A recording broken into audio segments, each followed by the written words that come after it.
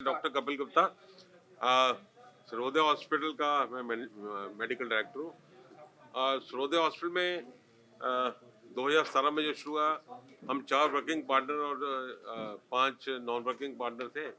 और फिर 2018 में डॉक्टर पंकज द्विवेदी हमारे साथ as a working partner join किए।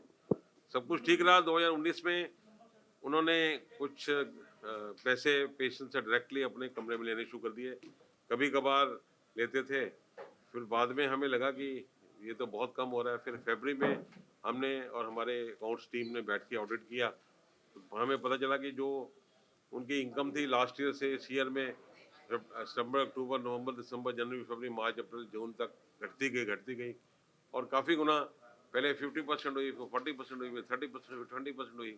तो फिर हमने उसके डेप्थ पे जाने के लिए we went and found out all discharge summaries, discharge papers, उसको लेके हमने उसका मुआयना किया तो पता चला कि काफ़ी बड़ा स्कैम है।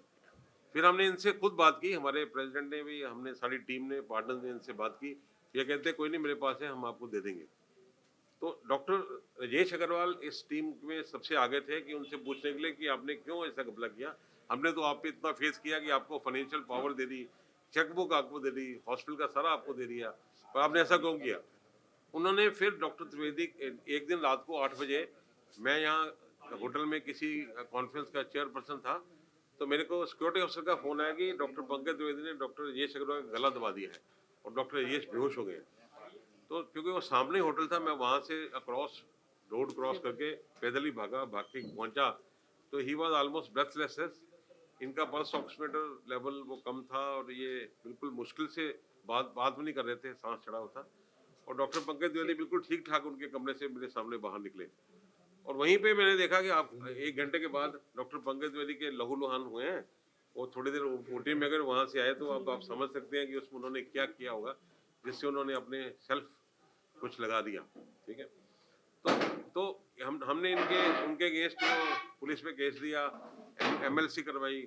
उन्होंने काउंटर एमएलसी कटवा के कुछ कर दिया, पर वो भी कुछ नहीं माना। उसके बाद हम फिर बैठे, हमने सबने समझाया कि हम बैठ के इस मामले को सॉल्व कर लें, पर उन्होंने बैठ के मामले को सॉल्व नहीं किया। और फिर हमने पुलिस में कंप्लेंट कर दी जुलाई में, क्योंकि जुलाई तक उन्होंने बिल्कुल ही कुछ पैसा हॉस्पिटल को देना बंद कर दिया था। तो हॉस्पिटल के लोन्स हैं, हमने लोन्स वापस करने थे, पैसा नहीं था, तो हम उनको फिर रिक्वेस्ट किया कि पैसा दे दो, वो नहीं माने। तो फिर वो हॉस्पिटल छोड़ के चले गए। तो हमने इसके बाद उन्होंने कुछ पैसा हॉस्पिटल को डिक्लेयर किया कि हमने 1,25,24 लाख के करीब हमने लिया है। उसमें वो भी पैसे थे जो उन्होंने डायरेक्टली पेशेंट से अपने अकाउंट में डलवाए थे, और डायरेक्टली पैसे उनके उसमें गए थे, उनके पास गए थे, कैश में गए थे। और हमने कुछ रसीदें भी पकड़ी, जैसी आपने देखी, झूठी रसीदें थी जो उनके स्टाफ मेंबर रूबी और उनके साहिल ने बनाई थी। कुछ इंश्योरेंस पेंच को झूठे बिल बना के दिए उन्होंने, वो भी हमने पकड़ लिया। तो ये सारा स्कैम हुआ। तो फिर हमने फोरेंसिक ऑडिट कराया, फोरेंसिक ऑडिट में 4-4.5 करोड़ का ये स्कैम निकला। तो हम उसी के लिए एफआईआर दर्ज कराई है और हमें कोर्ट पे विश्वास है कि हमें पूरा वहाँ से मिलेगा। विश्वास पे हम काम कर रहे हैं सो दैट हमारा हॉस्पिटल फिर से फाइनेंशियल बूस्ट में ठीक हो जाए। पर आज तक हमने इतना कुछ होने के बाद भी हमने, चाहे हमने खुद लोगों ने 1-1 साल से कुछ नहीं लिया हॉस्पिटल से, पर हम हॉस्पिटल बैंक की सारी किस्तें वापस चली, इसलिए हम अभी सुनवाई कर रहे हैं।